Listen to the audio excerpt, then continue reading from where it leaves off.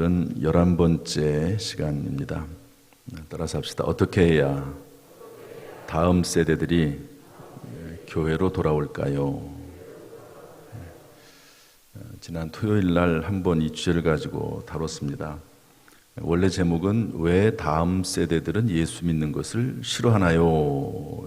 이게 원래 질문 내용인데, 저는 예수 믿는 것을 싫어한다기보다는 다른 요소가 있다 이렇게 생각을 합니다. 왜냐하면 예수님 자체는 다 존경한다고 봅니다.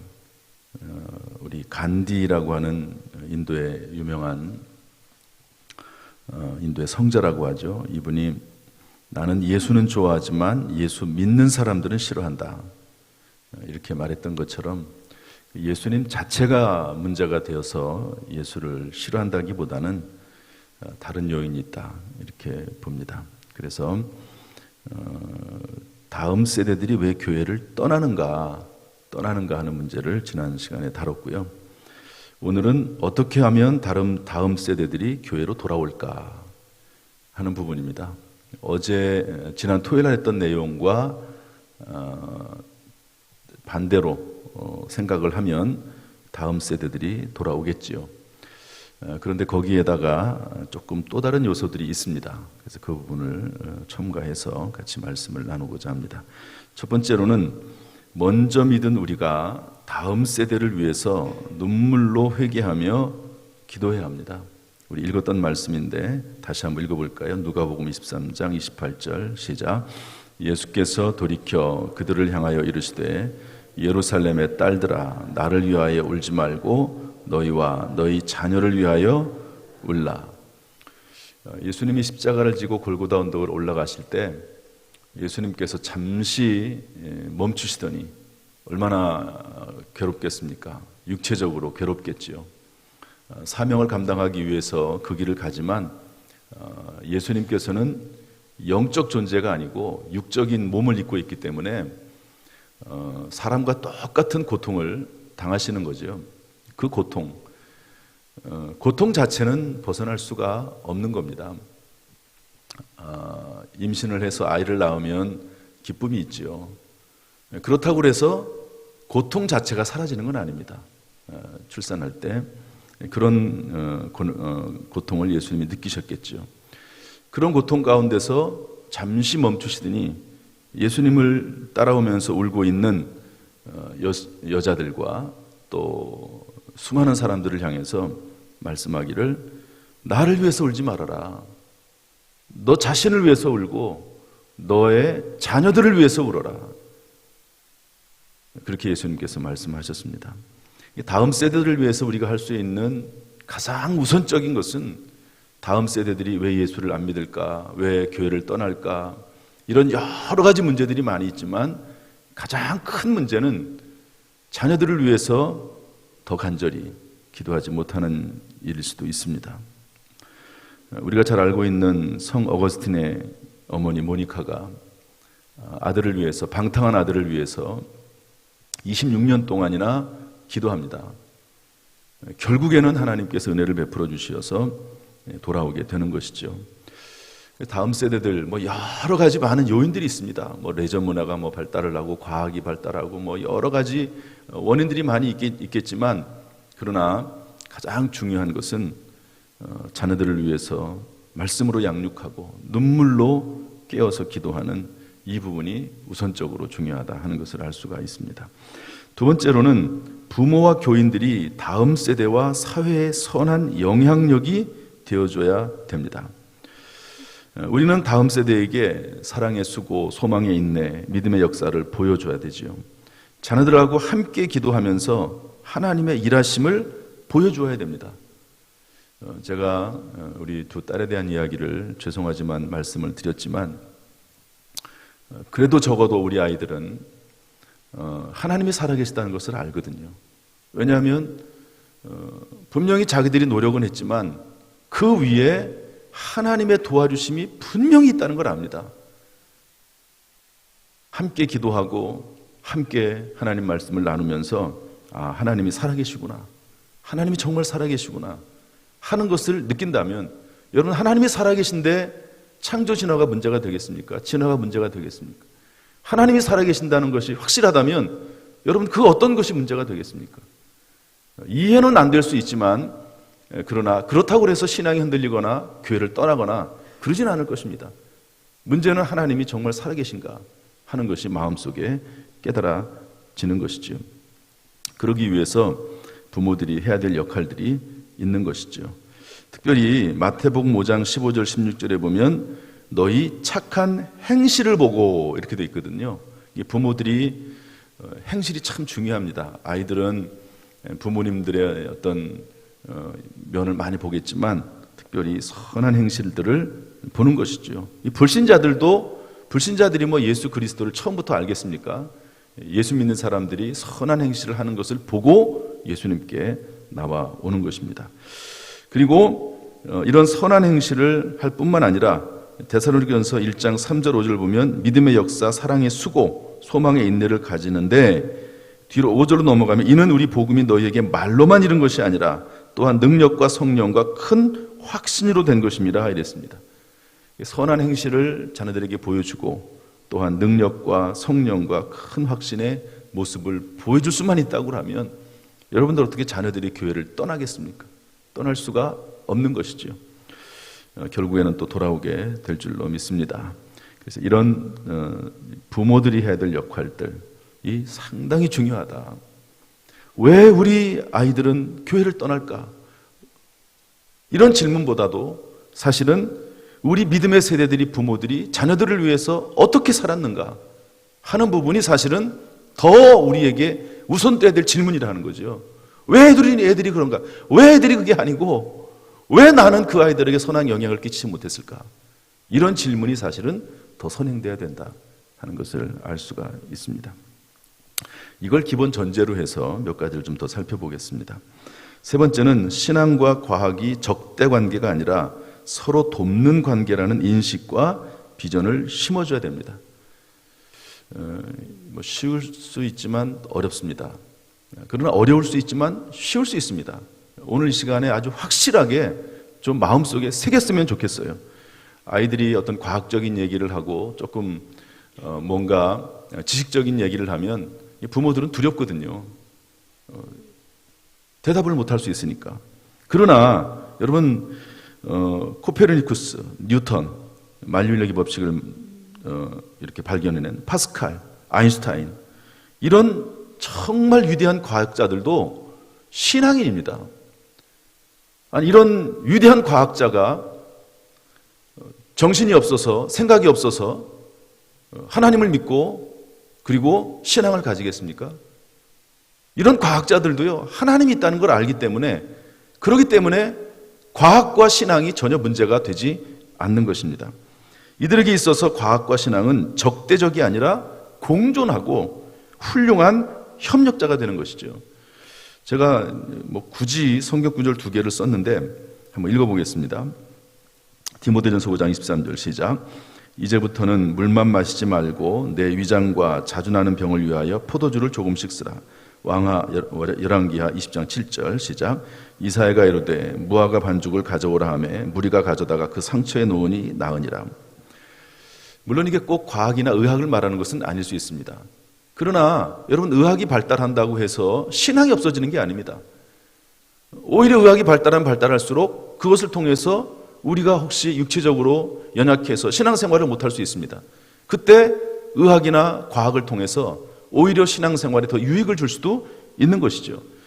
제가 이제 글을 좀 하나를 제가 여기다 기록해 놨는데요. 클린턴 이 아놀드라고 하는 분하고 제프 아놀드라고 하는 분이 쓴 글입니다. 이분이 이렇게 썼습니다. 과학은 하나님이 존재하신다는 것을 보여줄 가장 확고한 방법일 수 있다. 과학은 행성들과 생명체들이 생존할 수 있도록 수십 가지 조건이 최적화된 사실을 발견함으로써 창조주의 개념을 확인해 준다. 수십 가지, 정확히 말하면 35가지의 그런 엄청난 조건들이 동시에 상수적으로 그것이 항상 일어나야지만이 생명체가 발생할 수 있다는 겁니다. 이것이 과학이 발달하지 않으면 도저히 알아낼 수 없는 것들이거든요. 세포 하나가 우연히 형성될 확률은 고물 지파장에서 한 묶음의 기어와 금속 조각들, 여러분 고물상 있잖아요. 거기에서 이 금속 덩어리들을 쌓아놓고 롤렉스 시계, 최고의 좋은 시계 아닙니까? 이 시계가 나올 확률과 같다. 이것보다 더 어렵다는 거죠. 진화론에서는 무생물에서 생명체가 나온다고 말을 하지만 그럴 확률은 없다는 겁니다. 이게 어디서 나왔습니까? 과학을 통해서 나온 것이죠. 이 과학과 신앙이 이게 서로 대립되는 것이 아니라는 것입니다. 과학이 없었다면 이 모든 것을 밝힐 수 없었을 것이다 하는 것이죠. 사실 과학이라고 하는 뜻, 의미는 이렇습니다. 실험과 관찰로 얻은 사실에 기반한 자연세계에 대한 지식 또는 연구 결과입니다. 웹스터 사전에서 나온 말입니다. 이것은 문제가 되지 않습니다. 발전하면 발전할수록 우리의 믿음과 신앙을 오히려 증명할 수도 있습니다. 물 위로 걷는 거, 과학이 발달하면 그렇게 할 수도 있지 않겠습니까? 오히려. 여러분, 사람과 사람이 동정녀 탄생을 말하는데요. 여러분, 어떻게 남자와 여자와 암컷과 수컷과 교배를 해야지만이 생명이 나오는 거지. 어떻게 마리아 혼자서 아이를 가질 수 있느냐. 그런데요, 요즘 과학은요, 체세포 복제를 얘기합니다. 꼭 암컷, 수컷 둘이 서로 합하지 않아도 한쪽만으로 체세포 복제를 통해서 생명체가 나올 수 있다고 하는 것을 과학적으로 설명도 하거든요. 그래서 이 과학이라는 것 자체는 신앙과 분리된 것이 아닙니다. 단 유물론이나 자연주의가 문제입니다. 이것은 사상이거든요. 하나님도 없고 영혼도 없고 오직 우리 주변에 물리적 세계만 존재한다고 주장하는 사상이고 세계관이고 철학입니다. 믿음이죠, 쉽게 말해서.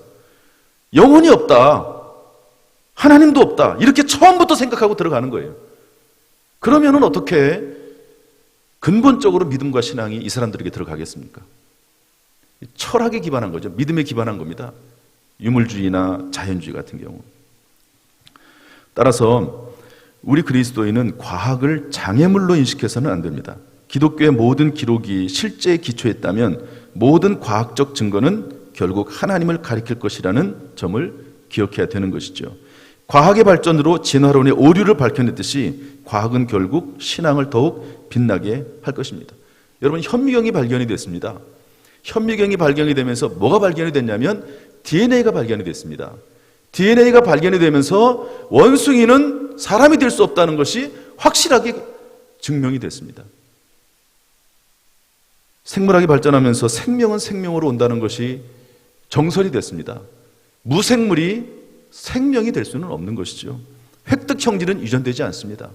전부 과학이 발전하면서 되어진 일들이지, 과학은 신앙과, 저는 과학이 발달할수록 오히려 우리의 신앙을 오히려 더 빛나게 할 것이다, 그런 생각을 해봅니다. 따라서 우리 자녀들이, 과학을 하는 자녀들, 그쪽에 관심이 있다고 하면은요, 이런 비전을 심어주세요. 이런 비전을. 과학을 발전시켜 나가면서 마치 아인슈타인이, 그 유명한 상대성 이론의 학자인 아인슈타인이 나는 수많은 모래, 바닷가의 모래 알갱이 중에서 하나를 발견한 것에 불과한 거다라고 말했던 것처럼 과학자가 하나님의 존재를 인정하고 오히려 하나님께 영광을 돌릴 수 있는 그런 방향으로 비전을 심어주고 꿈을 심어줄 수 있는 것입니다. 그래서 우리의 마음속에 확정을 하세요. 신앙과 과학은 적대 관계가 아니라 서로 돕는 관계다. 문제는 자연주의나 유물주의라고 하는 사상이나 철학이나 인간적인, 인본적인 사상이 문제다가 될 수 있다 하는 것을 알 수가 있습니다. 우리의 마음입니다. 결국 부모의 마음이죠. 부모의 자세고 태도고 확신이고 마음입니다. 네 번째, 이것은 조금 다른 면인데요. 다음 세대들이 함께 할 수 있는 레저 활동을 장려하고 활성화하고 스포츠 시설을 갖춰야 됩니다. 여러분, 지금은 초대교회와 같은 순교의 시대가 아닙니다. 그때는 예수 믿으면 다 순교하는 시대지만 지금은 예수 믿는다고 누가 잡아 죽입니까? 그런 시대가 아니거든요. 그래서 지금 젊은 사람들이 할 수 있는, 우리의 다음 세대들에게 할 수 있는 여러 가지 좋은 그런 관계성을 개발시켜줘야 된다 하는 것이죠. 여러 사정으로 시설은 못 갖추더라도 함께 스포츠할 수 있는 마음을 품고 장려하며 후원해야 됩니다. 함께 문화생활, 체육이 됐든 음악이 됐든 뭐 뮤지컬이 됐든 뭐가 됐든지 간에 함께 문화생활을 공유하며 서로 친교하고 교제할 수 있는 프로그램을 개발해야 된다는 것이죠. 이 교회도 이런 시대에 접어들었다고 여겨집니다. 자꾸 교회 바깥에서 이런 생활을 한다기보다도 교회 내에서 이런 생활을 할 수 있도록 서로 힘을 모을 수 있다면 그것도 신앙생활의 유익이 될 수 있는 것이라고 봅니다. 예수님도 먹고 마시는 것을 즐겨했거든요. 한번 읽어볼까요? 마태복음 11장 19절 말씀 한번 읽어보겠습니다. 시작. 인자는 와서 먹고 마심에 말하기를 보라. 먹기를 탐하고 포도주를 즐기는 사람이요 세리와 죄인의 친구로다 하니 지혜는 그 행한 일로 인하여 옳다함을 얻느니라. 아멘. 예수님도 포도주를 즐기셨네. 술 먹어도 되겠네. 이렇게 말하는 분들이 또 혹시 있을지 모르겠어요. 한번 누가 질문을 하십시오. 질문 아까 내신 분은 없더라고요. 어쨌든 예수님께서요 먹고 마셨습니다. 그러면서 서로 교제하고 친교하고 믿는 사람들끼리 그렇게 보내셨다고 하는 것이죠. 이것이 성경적입니다. 성경적입니다. 마지막으로 한 가지만 더 말씀드리겠습니다. 마지막으로 한번 읽어보겠습니다. 이 부분은 시작. 마지막으로 오직 예수 그리스도를 전하고 오직 예수 그리스도를 만나게 해 주어야 합니다. 감격스러운 대그룹 예배와 자유롭고 친밀한 소그룹 모임을 통해 예수 그리스도를 만날 수 있는 기회를 제공해야 합니다. 제가 처음에 말씀드린 것 같이 하나님의 살아계심 믿어지면 사실은 그 다음의 문제는 크게 문제가 되지 않습니다. 예수 그리스도를 만나면 사실은 하나님을 떠날 수가 없는 것이죠. 레이첼이라고 하는 분이 이런 말을 했습니다. 한번 읽어보겠습니다. 다 같이 시작. 20대를 끌어들이려면 최신의 음악과 카페, 인터넷 홈페이지를 구비하고 목사가 청바지를 입어야 한다고 생각하는 교회가 많다. 카페라떼 한 잔 건네준다고 젊은이들이 교회로 오는 게 아니고 교회가 쿨하지 않아 떠나는 게 아니라 예수가 없어서 떠난다. 이렇게 말을 했습니다. 브렛 맥크레큰이라는 분이 이런 말을 했습니다. 우리 20대들은 내게 맞춰지는 메시지가 아니라 나를 변화시키는 메시지를 원한다. 20대들에게 구미에 당기는 그런 메시지, 이것이 아니라 20대들을 변화시킬 수 있는 내 마음을 감동시키는 메시지를 원한다. 그런 얘기도 했습니다. 실제로 여러분 교회에 대해서 부정적이고 적대적인 청년이 있었습니다. 그게 누구죠? 사도 바울입니다. 사울이라고 하는 청년이죠. 그런데 그가 다메섹 도상에서 예수 그리스도를 만난 다음에 완전히 변화가 됐습니다. 예수 그리스도, 그분을 만나는 것이 중요하지요. 그래서 갈라디아서 1장 1절에서 이렇게 말을 했습니다. 한번 다 같이 읽어보겠습니다. 시작. 사람들에게서 난 것도 아니요 사람으로 말미암은 것도 아니요 오직 예수 그리스도와 그를 죽은 자 가운데서 살리신 하나님 아버지로 말미암아 사도된 바울은 사람으로 말미암은 것이 아니다. 사람들에게서 난 것도 아니다. 누가 나를 가르치는 것도 아니고 누가 어떤 수많은 외부적인 부정적인 영향들이 있지만 그러나 내가 예수 그리스도를 만났다. 이것만큼 확실한 증거와 변화가 어디에 있겠습니까? 사도 바울 얼마나 똑똑한 사람입니까? 오늘로 말하면 서울대학교를 나온 사람입니다. 그리고 똑똑한 사람도 자기의 가치관과 철학이 분명해서 예수 믿는 사람들을 잡아 죽였던 사람, 사도 바울, 사울이라고 하는 청년. 그런데 어느 날 예수를 만나고 나니까 자기가 했던 모든 것들을 되돌아보게 되고 그리고 오히려 예수 그리스도를 증거하는 사람이 된 것이지요. 이런 분들의 이야기를 하자고 하면 너무너무 많습니다. 여러분, 우리가 자녀들에게 휘둘릴 이유가 하나도 없습니다. 우리의 믿음은 확고하고 아이들이 때때로 몰라서, 신앙을 몰라서, 하나님 몰라서 그런 일이 있을 수 있지만 더 크게 아이들을 품어주고 사랑하면서 그 아이들을 위해서 기도해주면 되는 것이지요.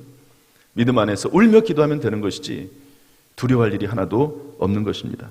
제가 자료들을 쭉 보고 살펴보는 가운데 월남 이상재 선생님에 대한 이야기가 있더라고요. 항일 독립운동가인데요.